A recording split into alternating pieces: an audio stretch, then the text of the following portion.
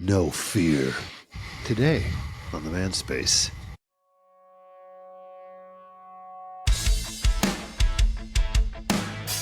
Welcome to the Manspace podcast. We're your hosts, Doctors Matt Brown and Rob Porter, and clinical therapist Mike Porter.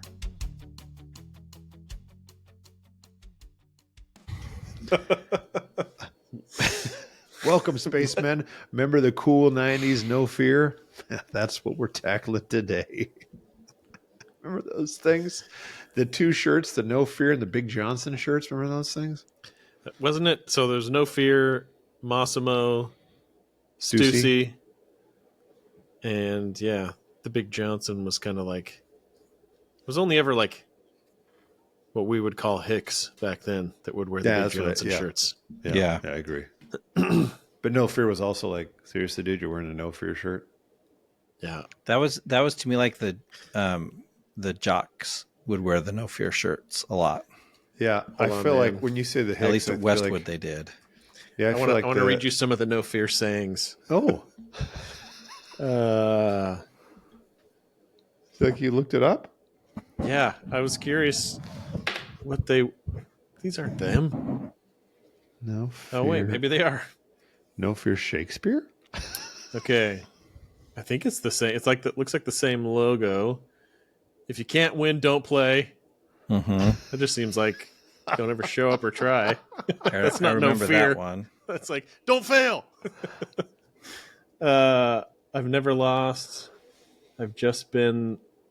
Oh, this is like real. Like behind when time ran out. A little behind when time ran out. Dude, isn't that like? How is that no fear? I thought I remembered these being more inspirational.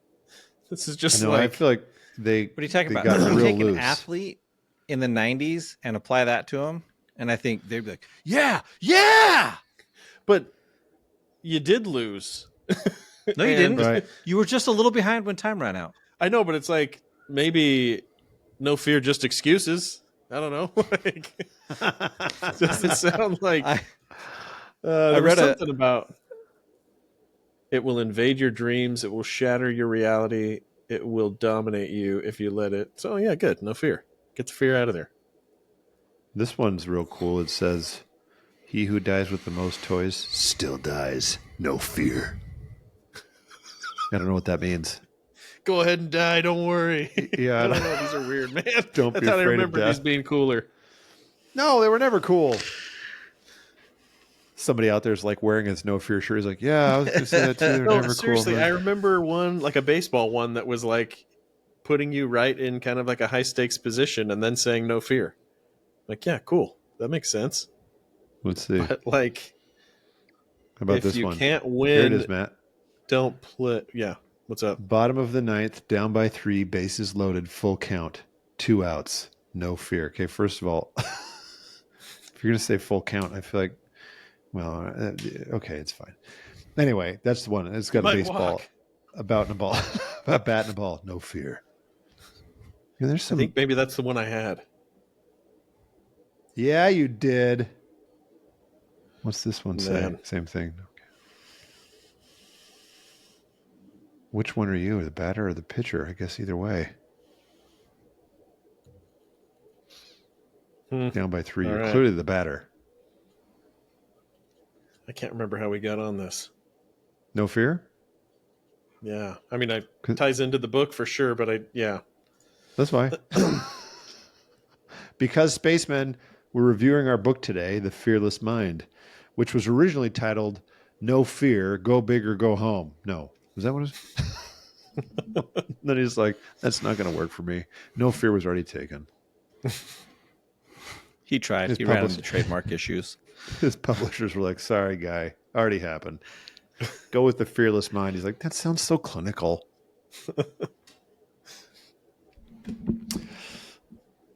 All right. Well, looks like we all got a lot out of this book, huh? Mike, are you reading it right now? Mike's got to start us off. No, I do have it in front of me. I listened to it, so I have nothing in front of me. Only my pure memory. Mike's building his front porch library. It's true. That's true. I did sit on my front porch and read this book. Dude, you should make a little Manspace, literal Manspace, where you keep books that people can just come by and take, full of manly books. That'd be kind of cool. And just have little like spoken, some recording when people take it off the shelf, a little inspirational voice. Go for it. No fear. Yeah. No fear. Everybody would be like, I don't understand. I picked up this book and the thing told me, no fear. Yeah, for the comfort crisis, when someone picks it up, you can just have something swing out and kick them in the crotch. You've already begun your journey, my friend. Or just make the book weigh like 50 pounds. You have to carry this home on your back. Yeah. Okay, well, so Write the pages on a ruck plate. I'll start just in that I'm curious because you guys both finished this a few weeks before I did. Correct. And you both like loved it. Well, I liked it. Did I say I loved it? You were very excited about it. Don't do an awful tailing on them. The two of you were very excited about it. And my initial, like, I remember I was, I don't know, a third or fourth of the way through probably. And it wasn't like it hadn't, I don't know. Yeah, you didn't like the reader and. Yeah, like it just felt, anyway, I had some issues with it. So I'm curious. I didn't feel that way having finished it, but I am curious, what was it that excited? Because I kind of kept reading, waiting, right? And admittedly, I was kind of looking for, because like we talked about how impactful the Comfort Crisis was for me. And so I was waiting for that kind of like, just grab me and go. Like Comfort Crisis, I kept wanting to read. Mm-hmm. This book I read because I knew I was going to have to talk about it. And so I was like, it's a book report. I had a book report due. But I kept waiting for that, like that thing that you two seemed to feel about it. So I'm curious, what was it about this that really stood out to you? I think, I don't know if this is right. I think I probably liked it. It seems like in my brain, I think I liked it the most. I think maybe I liked it more than you did, Matt. But, and as I look back, once I finished the whole thing, I do think at times it got repetitive. But, and I will say, I don't think he said something groundbreaking, although maybe because when he originally wrote this, it was like 2009. So maybe it right. was it could have more been groundbreaking back then. Yeah. And you know, I've worked with sports psychologists who've said a lot of similar things. So I felt like, okay, well, it's not like this guy invented this, but I thought, I don't know, maybe he did. You know, like, but right, maybe they're all taking from Manning. Yeah. In short, what I liked most about it was I felt like a lot of what he was saying is something that I say to clients in same principles I will say to clients, whether individual or couples. I felt like a lot of it actually had to do, he didn't describe it this way, but had to do with self-regulation in order to like stay focused on the process that you're in. And I think too often, too many people get lost in the idea of like, what's my goal or what's my outcome? And like when we talk to clients and I'll say, well, I want you to go tell him or her this. And they're like, well, I mean, I know what they're going to respond. I'm like, that's not why I'm telling you to say it. I'm asking you to do it because it will be beneficial for you just to say this. Like you're learning to speak more honestly. So engage in a process. I don't know how they'll respond. So I liked that. And I did feel too, like there was elements of what I liked about it felt like, the idea that even for me personally, I could improve myself by staying focused on what's in my control in the moments that I'm in, rather than getting in my head about, well, how will people perceive this, or what will they think of this, or this? So it felt a little bit freeing, I guess, in some ways by focusing me in on the correct things. A boom. We should just wrap it up. I said it all. I mean, sorry, Matt. For me, like, it was very validating because a lot of the stuff that I was reading, I thought, oh, I've been saying this to my clients, right? This idea of find this thing that you can focus on, find this thing that you can control and focus on that. Like, don't worry about this other stuff. It's outside your control anyway. So it was like, that was stuff that to me, I thought, no, it felt right. But if someone had said, well, what research are you basing that on? I'd been like, I don't have any research to base that on. It just feels like a correct kind of principle.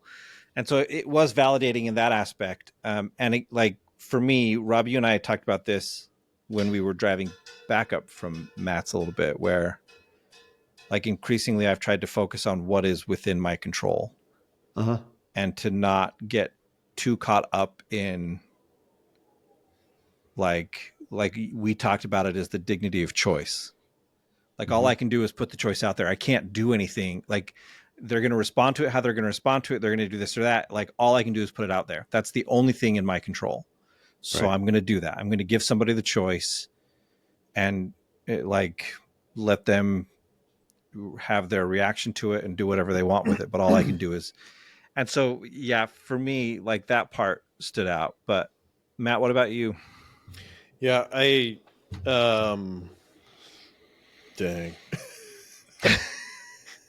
Had these thoughts swirling around, and your transition surprised me. Sorry.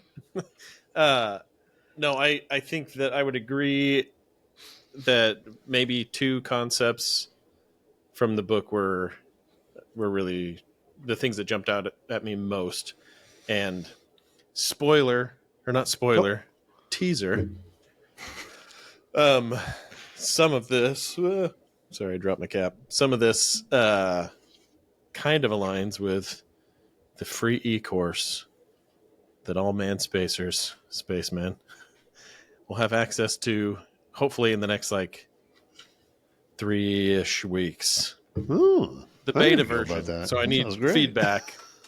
But the first one was when he talked about I can't remember now if he called it ego mind. I think he said minded. Ego minded versus task minded. Mm-hmm. And I think to your point about focusing on what you can control, I think it's absolutely impossible to focus on what you can control when you're ego minded, meaning I'm tied up in this thing too much, right? Like I'm too much of it. I'm reading as some signal of my worth, my value, my capabilities or whatever, right? When you separate enough from that and you're able to just treat it as a task, then the second thing he talked about that I thought was really helpful was the kind of the research and stages of deliberate practice.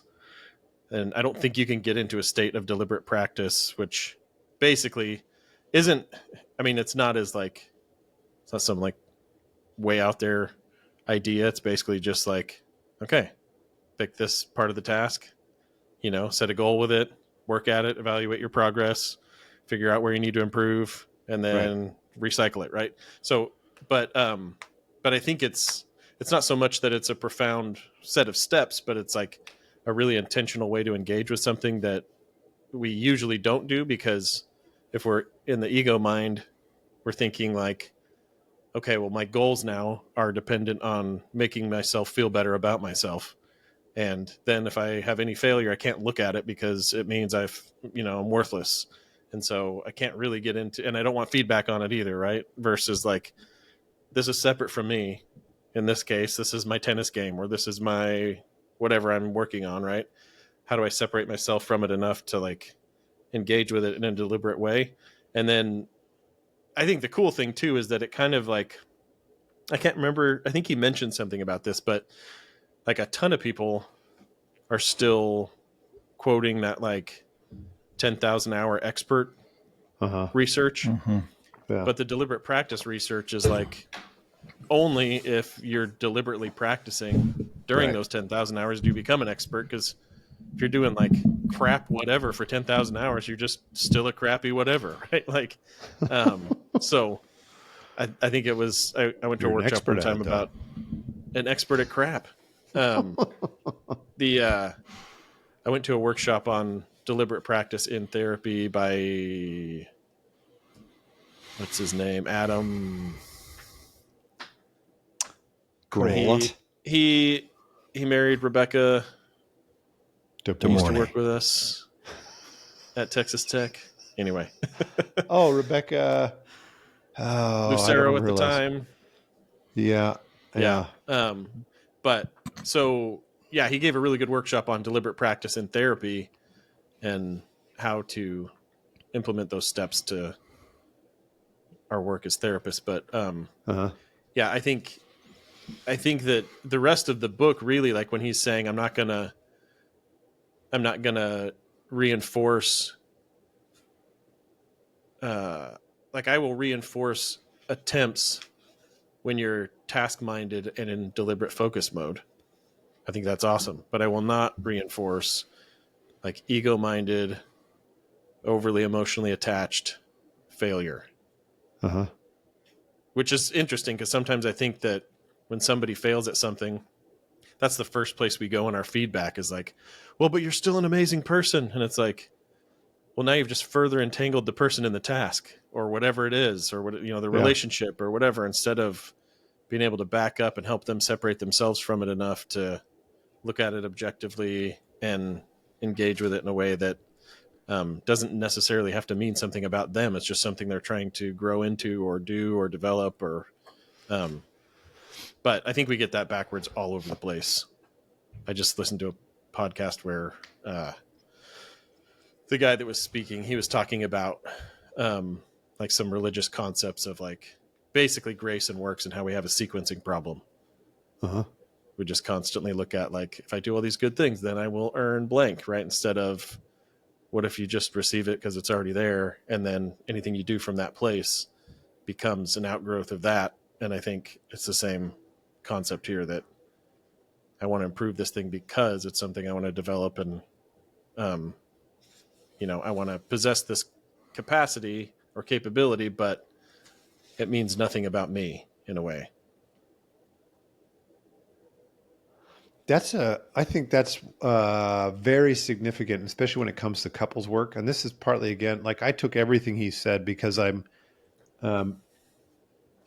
guess it's just because that's where my performance is in the work I do with clients. I don't have a lot of, I'm not trying to push myself further to increase my speed on my bike or anything like that.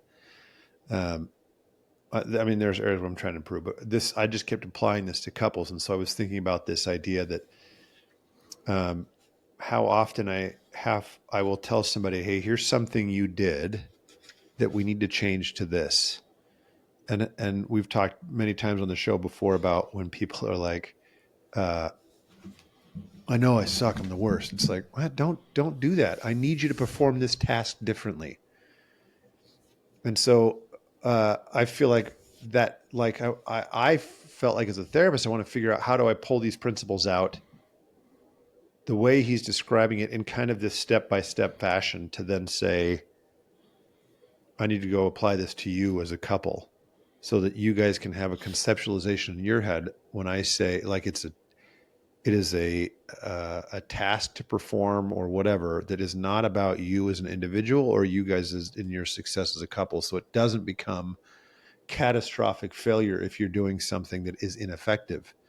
I actually said this in last week's episode, like I'm trying as much as I can, as often as I can, to stop saying you're doing that wrong and to start saying instead you're doing something that's ineffective and getting you what you want.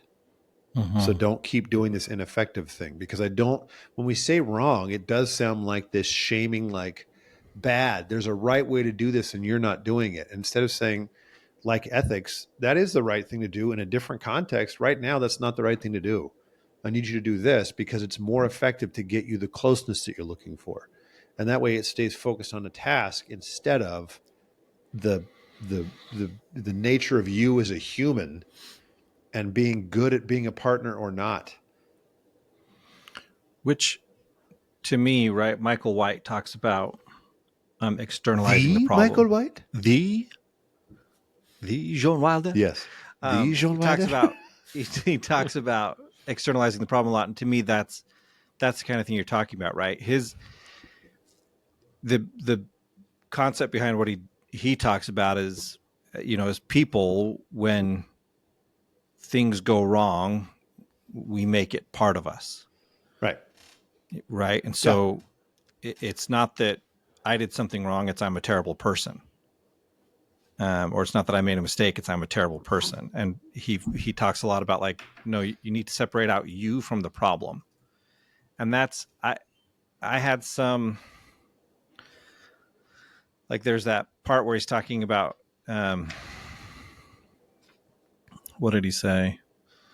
For many years, I've taught that the only way to help someone engaging in self-defeating behavior is to not sugarcoat things.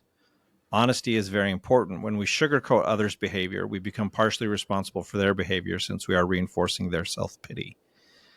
And he told the example that was the author of the book. Yeah, sorry. Not Michael White. Like, that is not Michael White. No, that's not Michael White at all. No, but I like that section, and I don't remember the story well enough. I really struggled with how he approached his interactions with this tennis player on his team, who in the last paragraph of the chapter, he says that she eventually decided not to continue her tennis at BYU. Uh-huh. And I, like, reading it, I thought, there's sugarcoating and then there's just being mean. Like, I get clarity. And to me, that's like Michael White, when he talks about externalizing the problem, he doesn't, like, he is very clear about, this is what the problem is. You can't pretend that's not the problem. Mm-hmm. Okay. This is the problem. His whole thing is, don't make it a reflection of, right? It's like you said, Rob, it's not getting you where you want to go. Right. And so if it's not moving you in the direction you want to go, why are you continuing to do it? And I wish I could remember that example better, because I actually meant to ask you guys about it and your take on how he approached it, but too late. Well, go ahead. No, that's all. I was just going to say, to me, like, I think there is a place for directness, and I think it's beneficial. Like, I talk a lot with parents when I talk to them, because often I'll deal with parents who are like, I mean, sometimes you gotta really kind of get in there and and I'm like, let's talk about that. Like, I think you need to be very clear and specific about the mistakes that were made, or the, like, the missteps. Mm-hmm. Like, don't sit there and downplay it. If it was a problem, it's a problem, and call it what it is. But you don't have to beat them up to do it. Like, yes, they will feel bad. No one likes to be told they're doing something wrong. And so they will feel it, I think, but you don't need to beat them up. And that was in that section. I felt a little bit like there were times where I was like, it feels like you're just beating her up, dude. Not being blunt, just beating her up. I wish I could remember the examples better, but yeah, I don't remember, because I don't remember reading one. I do remember him talking about at some point that, like, there were times when he recognized that he came in too angry to something, or and so I think therefore personalized a little bit. But I don't remember ones where I felt like he just beat that person up. So and that doesn't mean that didn't occur. It's just my mind was on other things. Well, and it could, like, and that was why I really wish I had remembered this before, because I would have had you guys listen to that section again. Just because I also recognize, like, no, we all hear things differently. And so, like, I was looking, because as many times as I read it, and I spent, after I finished that chapter, I took some time and was kind of thinking back on it, and I just couldn't quite get my brain to see it a different way. And so I hoped maybe you guys would be able to help me see it a different way, because, again, the principle of what he was talking about, like, again, I talked about this with someone yesterday. Like, when I work with couples with infidelity, and I'm validating the guy or the person who cheated. Always the dude. I mean, just kidding. But no, but more often than not. Anyway, at least in my experience I was in gonna my say not my office. clinical. I was going to say in my experience in my clinical practice, it has been. Yeah. But I like, want. yeah, I can validate the dude, but at some Don't forget point, that, Matt. I'm going to tell him he's going to have to, like, dude, you got to own the fact that you could have made a different decision and you chose this decision. Like, to me, it's very important that they kind of accept that responsibility. And so, again, like, I do think there is benefit in that kind of direct and don't sugarcoat. And like, I don't let him off the hook. But yeah, there was just something about that interaction that I was like, I don't know, man. Well, and I think the hard part is taking examples from like elite sports performance and applying them to everyday interactions is probably like, you know, specifically like high performance coaching and things like that, right? Yeah. Around people that have dedicated a massive amount of their life and time to something. It's probably going to sound very different, and the ways to motivate, I think, will be different as well. And maybe, I mean, kind of going back to like some of the stuff we talked about with Whiplash, right? Like maybe there is some process there of weeding some people out.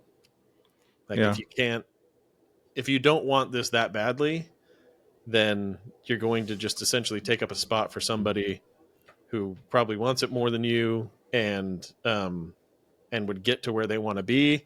And this isn't going to be good for you to sit in a space where you're constantly feeling mediocre.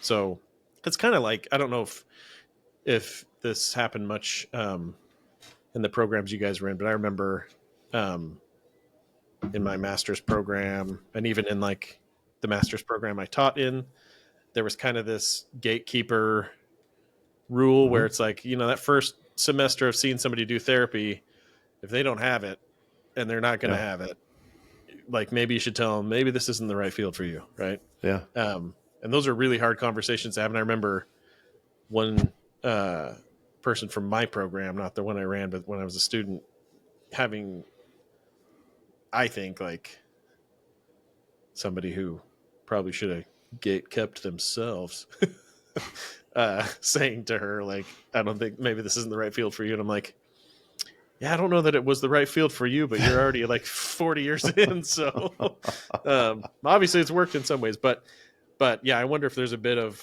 harshness around that. That's like, this is the bar and expectation in this setting. Yeah. But if I were talking to you about you as a person Something in some else. other setting, maybe I would approach it differently. I wonder how much of it just comes along with, because there's a little, like, he doesn't, I can't remember if he does reference specifically like Skinner, right? Oh, yeah, he did. Yeah. And so like anything, in my opinion, that relies to any degree on operant conditioning is going to have some element of that, right? Where there's like a negative reinforcer towards some behavior that they're trying to shape. The irony, I think, though, is like, it's like if I am, and I don't know, I guess the way that he shared it was a little bit depersonalized too, right? Where it's like, if you can't get out of being overly attached and overly emotional about this, then I can't help you, right? And you're going to fail. Yeah. And I'm not going to stand by and like be a part of that.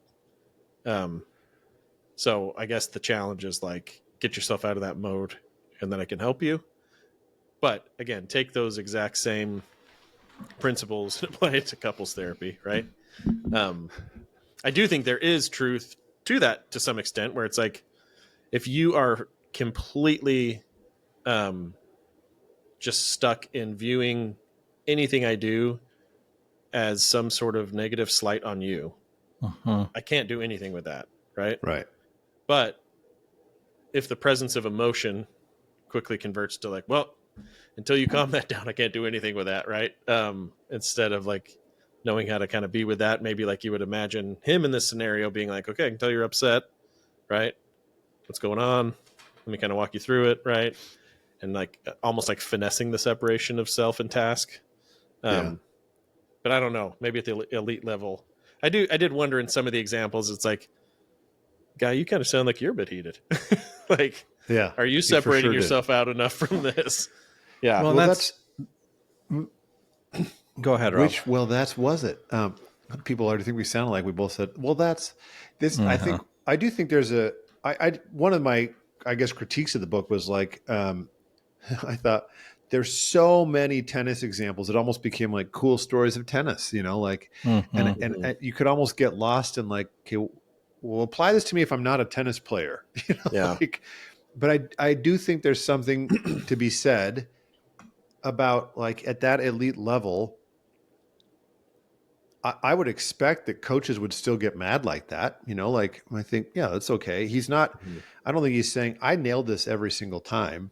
Yeah. And I do think it is his job, to yes, try to get better performance out of his players, but also sometimes to say what you're saying, Matt, like, hey, you're not helping the team. So you got to move on, like you're not good for this. And that's, I had students, I had fellow students with me when I was a student that I thought you should be gate kept, but instead it felt like they were being passed along. Yeah. And then I've had to have multiple awkward conversations as a supervisor or as a professor where I was saying, hey, this isn't right for you. One, I had to say this isn't right for you at the very end of their licensing process. So they were about to get fully licensed and they got handed off to me. And I was like, someone should have told you sooner you're not good at this. And I don't see an avenue where you're going to become better at it. Another one I said in the first semester is like, look, I don't know that this is for you, but you do have an ability to do this one thing. And if you pursue specifically testing inside of clinical psychology, I think you could be very successful. But the rest of it, interacting with clients, you're not great at that. So I try to say, don't go here, but go over here, because it's my job to gatekeep. And I think some of that with Manning was like, it's his job, in addition to teaching these principles to his athletes and to us as the reader, he's also saying, I was still also a coach who had a coach's job to do, which is to gatekeep and say, you're bringing the team down. You got to go. And I'm pissed at you for bringing the team down, even though he shouldn't be. And I think you're right, Mike, that sometimes, I don't remember the example, but I think sometimes it was like, you didn't handle that very well. Well, and that's, I think, I remember sometimes where he would call himself out. So certainly those existed, and it was in the chapter on cockiness and passiveness. And that's the thing. My memory is, I thought Nancy was a senior. Maybe she wasn't a senior, which I feel like, if you're that far along, like, then no, you're not gatekeeping at that point. You don't make it to your senior year on a nationally ranked team and get gate kept. That should have happened way sooner.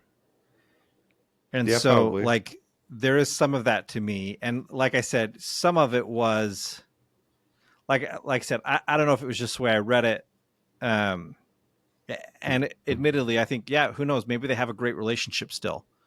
And it was strictly a tennis thing. I was looking at it from a relational point of view, because that's what we do. Yeah. And that was, I think, one of the things, a similar critique to yours, Rob, that frustrated me was, like, every example was related to sports, where I thought, Matt, you played, and so you could probably relate easier to some of this stuff. I mean, I played a couple years in high school, but not really. And so, like, I think, I got nothing. I got a friend who, he actually coached, not coached. He reffed collegiate soccer. I think he reffed professional for a while. And so I think, he could probably take a lot of these same principles and make them easily applicable to his life. But he talked about early in the book, I've done this with professional athletes and college athletes and business people. And I thought, okay, where are those examples? Mm-hmm. Yeah. Like, what does success look like in those areas? Like, it's great that you know how to do the success thing with the athletes and how to turn them into better athletes. But, like, how does, like, help me apply that to my own world? Mm-hmm. And certainly the deliberate practice. And to me, well, and that's, so one of the things that stood out, and I'm curious how you guys would tie this back into the work we do. He talked about the journaling, right? Which we all know is a great tool. Mm-hmm. And one of the things that stood out, that I thought, would probably be a very helpful and beneficial thing for anyone really, is at the end of every match, you'd have them list 3 things that they did well, and then find one thing to improve on, which I loved his wording there, actually, because I think he didn't say one thing they did wrong. He said one thing they could improve on. And that's different because there's a certain amount of judgment being taken away from it. Right. I'm not saying how well you did or didn't do it. You could be saying it's good already. It's just where do you want to improve? I'm simply saying, do you want to do better? Like if you want to do better on it, then great, improve on it. Let's go. Which I saw an interview with Kobe Bryant once, and that was, it made me wonder if he'd ever worked with Kobe Bryant, because Kobe Bryant basically said, he goes, every day I ask myself, he goes, I look at what I did well, and he goes, and then I say, okay, what's the thing I'm working on tomorrow? And he goes, if I'm not improving every day, then I'm wasting my time. Which I thought, oh, that's like when I heard, Kobe Bryant say it however many years ago on some, I don't know, it was whatever. I was like, oh, it was a remarkably profound statement to me. Like, why can't I just look to improve in something every single day? And so I like that idea of here's 3 things I did well. Here's one thing I want to improve on. How would you guys tie that back in to work with clients? So again, I think the audience matters. And I'll explain that. Yes. I think sometimes we forget about a really important segment of the population that balances out the people that view the world that way. Mm-hmm. And so they say I'm just going to enjoy life. Mm-hmm. And so those people wouldn't be looking for a book like this or, wanting to apply principles like that. Unless they were thinking how do I create more enjoyment with what I already have or whatever. Right. But I think it's important to recognize that, again, we're talking about people interested in high performance. We're talking about practice. Sorry. Yeah. So they are going to be thinking about those things.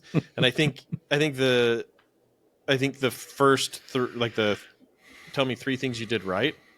I remember when I would be working with students in their first experience doing clinical work, and they'd come back in and I'd say, what do you think you did well? And they're like, well, I probably should have done more of this, and I forgot to ask this, and I blah, blah, Yep. blah. And I think at first when I'd kind of push for, no, tell me what you did well, I think they thought I was trying to make them feel better. And I'm like, I mean, sure, if you feel better, great. But my point is, if you don't even know what doing well looks like, then what are you doing in there? You're just trying not to do something bad. Right. So I think that really orients you around the direction you're moving in. And if that's the case, everything then becomes, even that 4th point, right? What can I improve on? Everything becomes something that is judged in relation to where you're wanting to go. Right. And so all I'm asking myself is, how far from where I want to be am I, instead of how far in the direction of wrong am I? Yeah. And I mean, if you just think about it in the tennis examples, it's like, dude, if you're already on an elite college team on the court, there's way more going right than wrong. Right. And so if it's a matter of the angle of your stroke, okay, well, yeah, how can you improve that? Right. Instead of that should already be at such and such level. So I think it just orients your mind in a very different direction, which I do think calms you down, right? Because I'm not trying to run from something. I'm aiming myself towards something, and I'm getting clearer and clearer on what that looks like. And when I'm off, I have a process to record that, seek feedback on it, and orient myself again. And if I have really high drive to get there, which I think is also a little deceptive. It's not really like that you're trying to get somewhere. It's the pursuit of that direction that is what's rewarding for a lot of people at that level, right? And so, so in a way, that reflects back on that first group I talked about, right? That's how these types of people really enjoy the moment, right? Is like this process we're talking about. I'm getting clearer and clearer on where I'm headed. I'm making deliberate steps in that direction, and that whole process feels super rewarding. And when I get to that, and then people in the other camp sometimes criticize them where it's like, man, you're never going to be happy with anything. And it's like, no, me feeling frustrated and motivated is happiness for me, right? Like that's me striving for something that feels right. So that's the way I would look at it. I don't know, Mike, if this will answer your question the way you meant, but it's something that, like, as I thought about this, and actually, because as I said, I listened to it, so I actually just ordered the book because I know there's some workbook pages, and I want to pull some of these things out. There's not workbook pages. There's not? There is a workbook, or you can get the journal, I think, right? He has on page 31, he has a sample journal page. Well, either way, I wanted to be able to pull it out and reference things directly, which you can't do very well with this stuff. So it's okay if it's not a workbook, but like I think, Matt, as you're pointing out, like there are some people who come in and they actually really appreciate and like my style, which is much more like, I guess you could almost say winging it. They like a style that's not super structured. Okay, now step 7, we're doing this. I want you to do this, this, and this. And I've never really been a step-by-step kind of person. There's always a general structure and flow in my brain, just like when I'm giving a speech or a talk. I know where I'm going and where I'm moving, but I want to be able to move around within that space. But I know that there are some people who for sure want like, okay, tell me what I'm supposed to do next. And so I wanted to take some of this and kind of say, okay, here's so that you can see this kind of scaffolding or this kind of roadmap of where we're going to go from here to here to here. But the improvement thing you're talking about, I thought it would be helpful to some clients, even if each time, and this is not even if you're in therapy, right? Even just for people on their own, or, listening to the podcast and saying, well, I want to work on some stuff, to be able to have periodic check-ins after a game or after a couple of weeks to say, well, how am I doing? Where do I want to keep improving? So that people can stop. I mean, relationships are so funny. We have this way of thinking that is like, you're either good at them or you're not. And I actually think sometimes attachment theory only exacerbates that problem. Because we tell people like, well, you're good at attachment or you're not. Nobody says it that way, but you're secure or you're not. You're different kinds of insecure. And it's like, well, crap. And no matter how much I feel like I've read where it's like, but you can work on this. You can change your attachment. It's like, yeah, it never comes across that way when you look at things really in general. People are like, well, they're avoidant, anxious avoidance. So there's that. I'm like, that doesn't mean they're not good at therapy at relationships. You can constantly become better and better at relationships in general, but at the relationship you're in. And so even thinking down to the minutia of session by session and asking couples when they want homework or when I feel like I need to give them homework to say, well, tell me what you think you want to improve in the next 2 weeks. And then being able to give them something off of that. Not even based on everything I said where I'm saying, okay, we did this, so I want you guys to go home and do this, this, and this, but instead saying, tell me what you want to improve in the next 2 weeks. So it has more meaning to them. I was just listening to the soothing sound of Mike's finger slowly rotating around his microphone. Sorry. It doesn't make any sound in my ears. It makes a ton of sound in ours. Sorry, fellas. And listeners, apparently. Earlier you were like thrumming your fingers on the table, and I was like, I hope he doesn't do that when we're recording. You guys got to tell me, I can't hear what it sounds like. So anyway, like I think I think trying to help people, and I've done this with individuals too, trying to help people understand, when we ask that question, tell me, well, I shouldn't say when I've asked that question, tell me 3 things that are good about yourself. It's like, I might get one with some qualifiers, and then I'll get 2 or 3 things that they don't like about themselves. And so just trying to reframe couples away from a deficit mindset into this growth one, where it's like, well, tell me where you could improve. And really getting them to believe anybody can be good at relationships. Like, you can be really great in your relationship, except for like 5 people that I know. Just kidding. And I have to gatekeep them out of their relationships. So I don't know if I answered that question, but I think even being able to have clients each time say, you tell me something you want to improve on, and I'm going to tell you how you can do that. Now, that's a lot of weight on me, but I mean, I'm pretty buff. So, dude, as a side note, I have to tell you this. I just watched this random video, and maybe it was all fake. I don't know. This dude's doing squats of like, he's laying down, those kind of squats where he's got a little plate and he's pushing them. I don't know what those are actually called, but and as he's doing them in the video, you see his leg go the opposite direction. One leg's, bending this way, and then it goes burp, and it bends this way. I was like, oh, I hope that's not real. It was horrifying. Oh man, I know I've ruined the flow. Gatekeep me, guys. Kick me out of the podcast. Here's one question I have then, that because I think I don't have enough ready memory to say, here's the 5 things you need to, like as I listen, and this happens to me often when I read books, unless I'm sitting down and taking notes specifically, I tend to blur things together because it's like, well, that one sounds like this, or that's the same principle. You're just giving different wording to it. And I do think I took issue with his different levels of arrogance thing he talked about. Is like, those are the same thing, and this is the same thing, and that's whatever, guy, like. But I feel like if you said, hey, here's something that if you're listening to this and you're going to read the book, awesome, go read the book. I think it's helpful. If you pull like I tell anybody with any, it's a really short read. Like it's an easy read. And I tell anybody with any self-help type book, no self-help book is 100% amazing. All of them, you have to take the principles out that are going to be beneficial to you. Some of it won't be. And don't get stuck up or hung up on those. Move to keep focus on the ones that are helpful to you, and apply those into what you're already trying to do.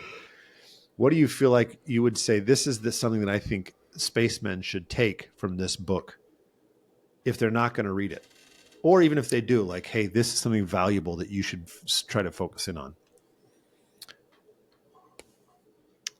I mean, for me, it was one of the things that was validating, because I didn't phrase it the way he phrased it, but it was something I'd been increasingly talking with like Jenner about and trying to implement in my own life. And it was this idea of, we often focus on, when we're correcting ourselves, the negative things.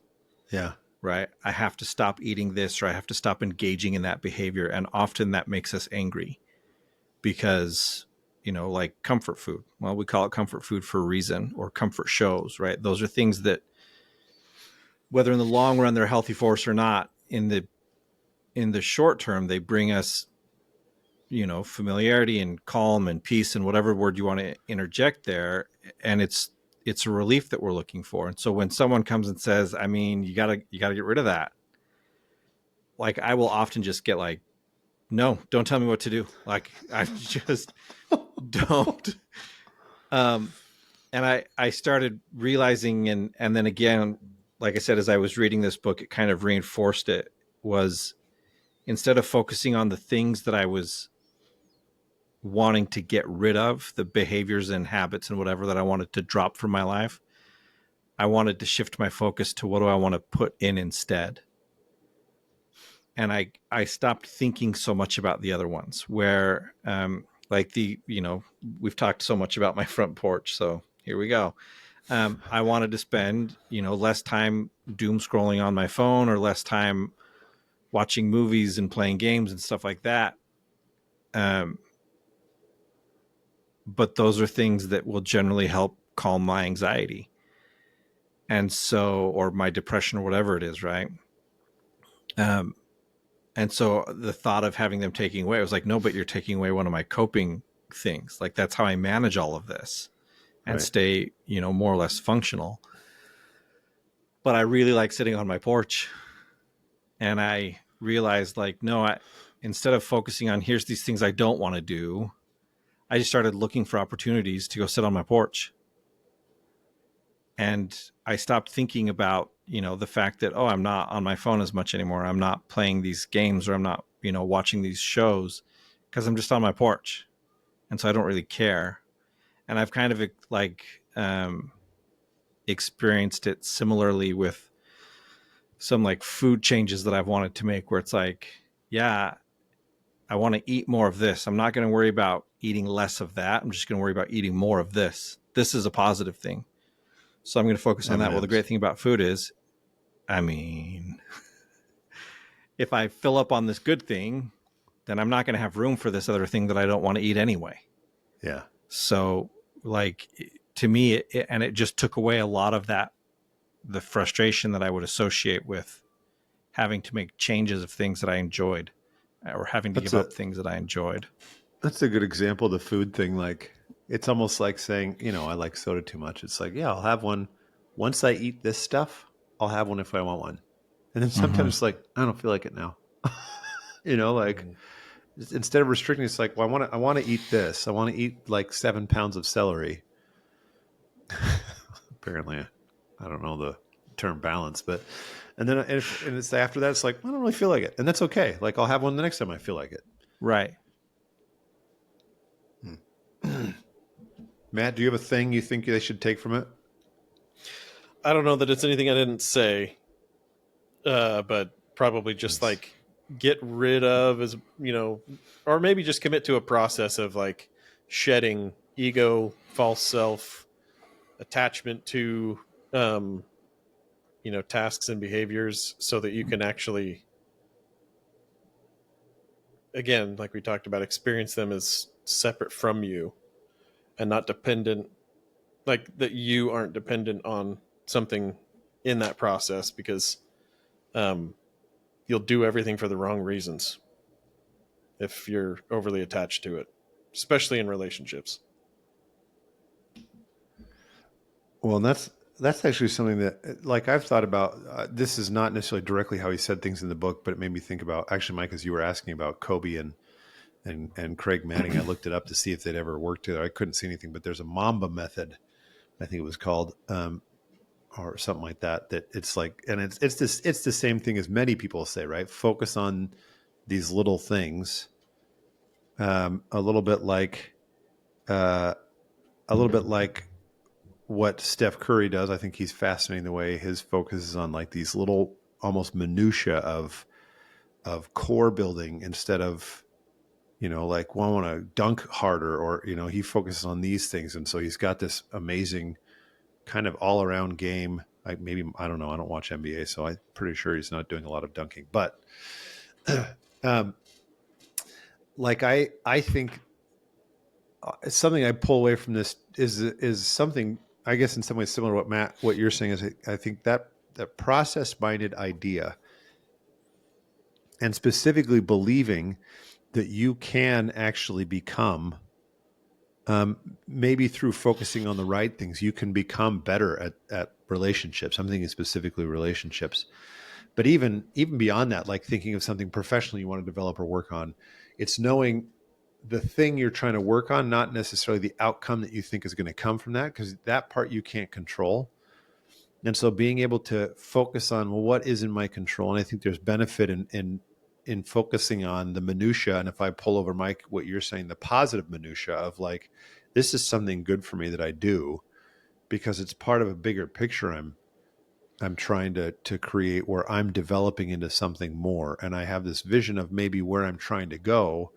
And then I have these kind of, the minutia of how I get there, these little things that I do. That's my process. And I focus on my process.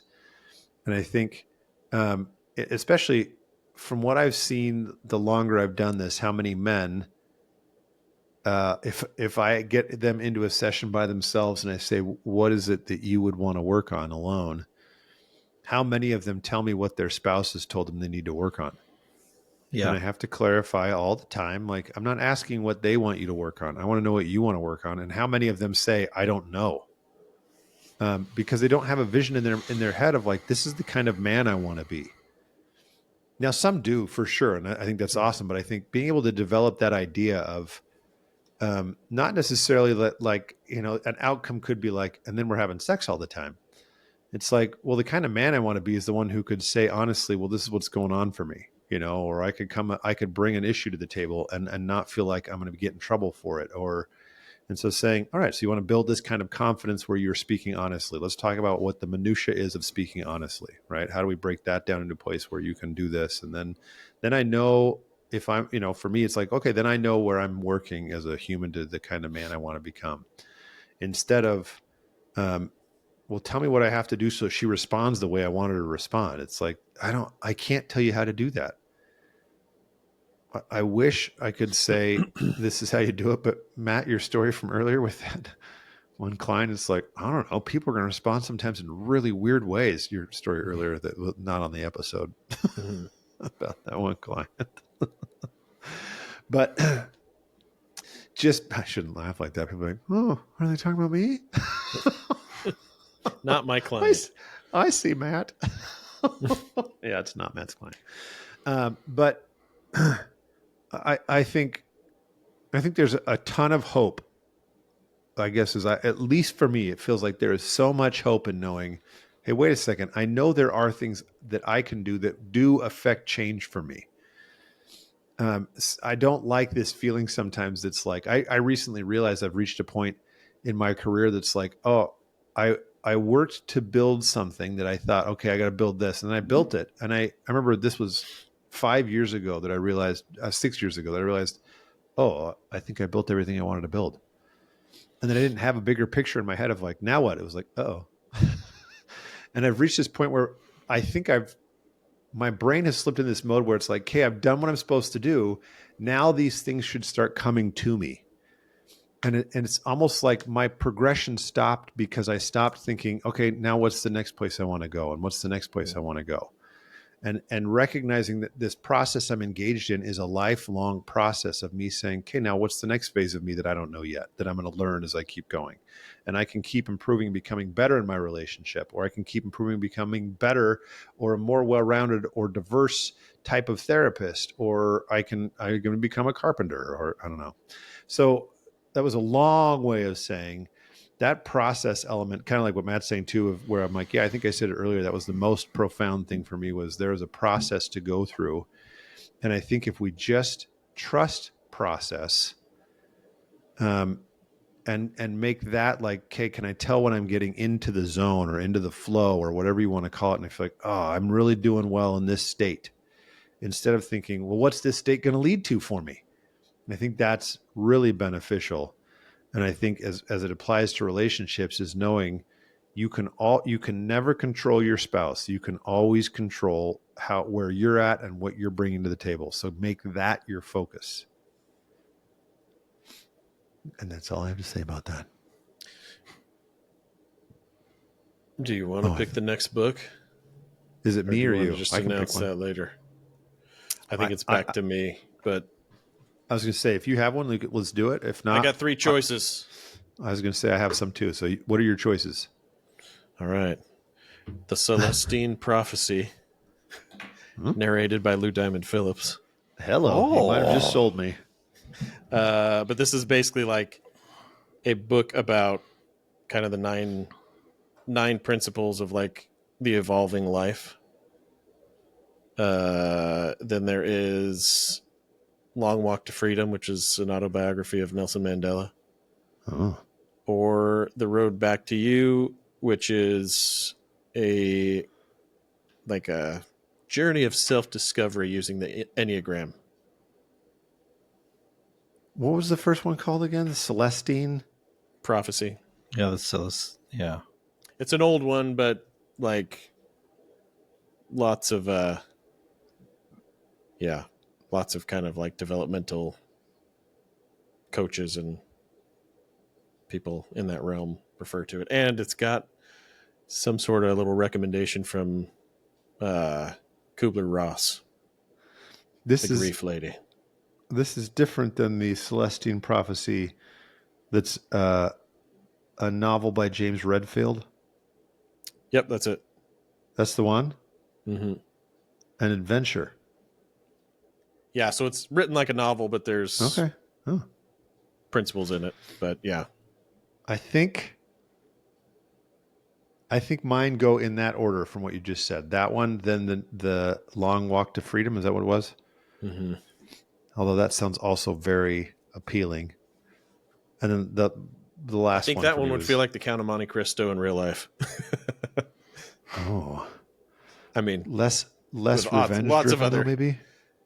Well, the book isn't revenge driven. I think that's the cool part about the book. The freaking movie was like, yeah, let's burn everybody down. Like, Yeah. it's like, man. Mike, what are your thoughts? They all sound really good. What was the third one? The Road Back to You, I think it's called. It's based on the Enneagram. Uh-huh.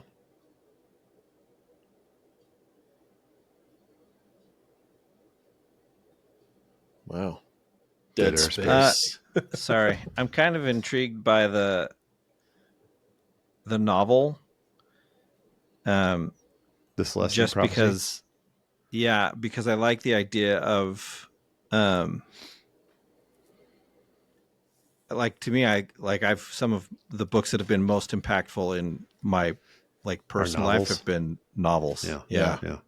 And I So think there's a lot to be said for what we can pull out of novels. Let's go with that I like one, that but idea. let me add some mysticism to it. Ooh. So I found it in like this really old obscure bookstore. It's a little bit like the Neverending Story type of experience.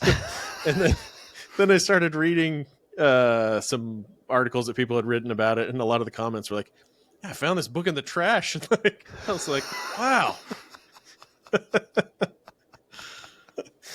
So we'll see if it's magical and mystical for us, and we can ride in on Falcor for our next episode. Oh, sweet. That's cool, because that's the books I have in my head. I have 2 to maybe 3, and one is like a self-help kind of book, or I don't know if it's self-help, but and then one of them is just I have a few different like historical books that I love because there's so many principles in them, just telling the story of this historical figure. Mm-hmm. But anyway, so let's try this. I like it. The Celestine Prophecy by James Redfield. Read by Lou Diamond Phillips. Steve Harris Beef was on this kick for a little while of doing like bad puns that were like mixing somebody's name with this thing. And maybe we were part of this, Matt, because I was like, I got so excited when I came up with something. It's like, I can't remember what it was. It was something about a delicious almond who's also an amazing actor or something like that. And he was like, what? It was like Blue Diamond Phillips. I was so excited. Because, Steve's Bonds Barry's voice where he's like, Blue Diamond Phillips.